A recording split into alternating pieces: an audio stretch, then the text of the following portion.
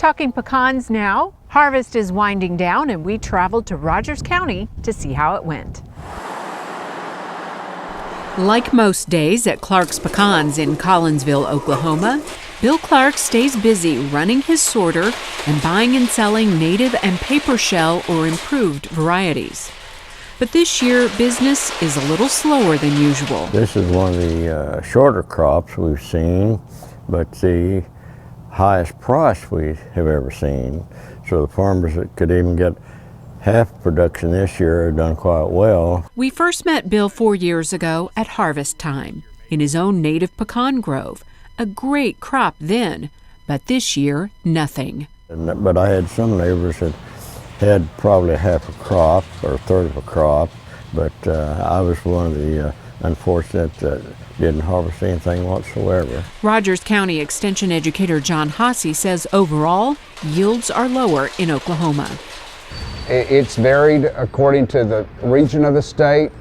In our area, Rogers County, Tulsa, Osage, River Bottom area around here, it's way down. The reason? No one thing is to blame.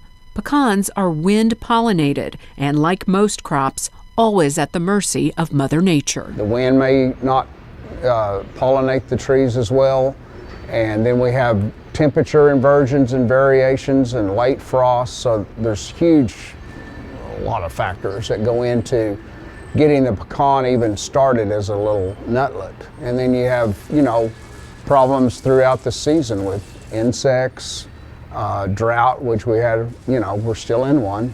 So that really affected the output for this year. The silver lining may just be the price. If the price like this year is up around $2 for a pound for natives, and it's normally 80 cents a pound, then they're going to come out okay.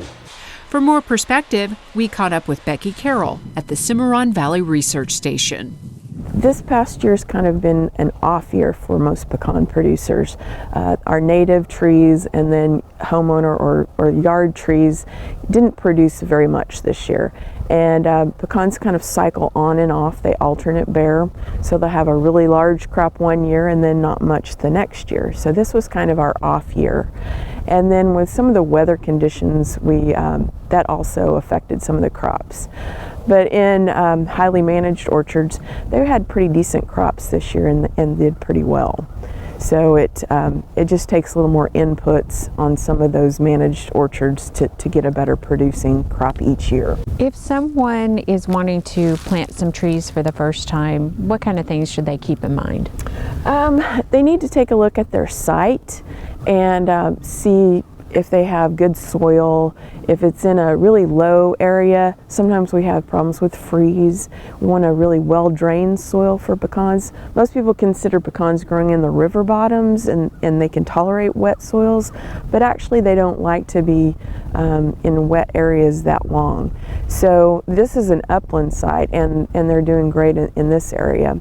But if they're going to grow improved varieties, the larger pecans, they'll need to have access to good irrigation, plenty of water, and good quality water also. It's just a matter of where they want to go in the end, if they're going to wholesale their pecans or retail them, how they want to proceed with what they're planting and doing. So, and kind of some of those investment questions, right, and how much they want right. to finance. And depending on what they want to do is maybe depending on what type of pecan they want to plant. Smaller nuts are easier to grow and fill out without some of the extras. They don't have quite as much irrigation and things, whereas a large, big, improved pecan may take a lot more water and other fertilizer and other inputs to get it to grow and have high quality pecan. How about for people who've maybe purchased a few acres of land and there's some native trees there and they want to manage those but not invest too much? Well, the first thing to do if you bought land that has pecans is go out and kind of survey the area and see how many pecan trees are actually there. And most limiting factor on pecan production with native groves is usually that they're overcrowded. So the best thing to do is to go in and take out all the trees that aren't pecans. And then you can take a look at the spacing. So we want to have them spaced out where when you look up at the top, so the canopy of the tree, we want to have about 10 foot between canopies, and that's when they're fully leaved out. In the middle of summer, when you want to see about 50% shade on the floor, the orchard floor. So if you have more than that, you want to have plenty of sunshine, because pecans need a lot of light to grow properly. So overcrowding is probably the most definite problem with natives. Through Extension and OSU research, there's lots of materials that folks can access, as well as an upcoming class. Tell us about that. Yeah, we have a pecan web page online where they can go and look at videos of people learning how to graft. There's fact sheets that detail everything from pest management to establishment to improving native groves, and so there's a lot of material available online. But we do also have a pecan management course.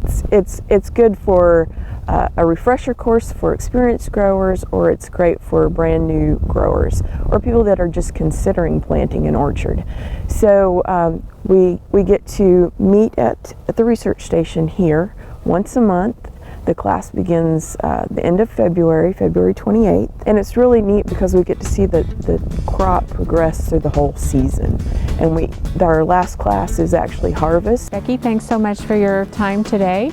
And for more information on the pecan class and other materials available through Cooperative Extension, go to sunup.okstate.edu.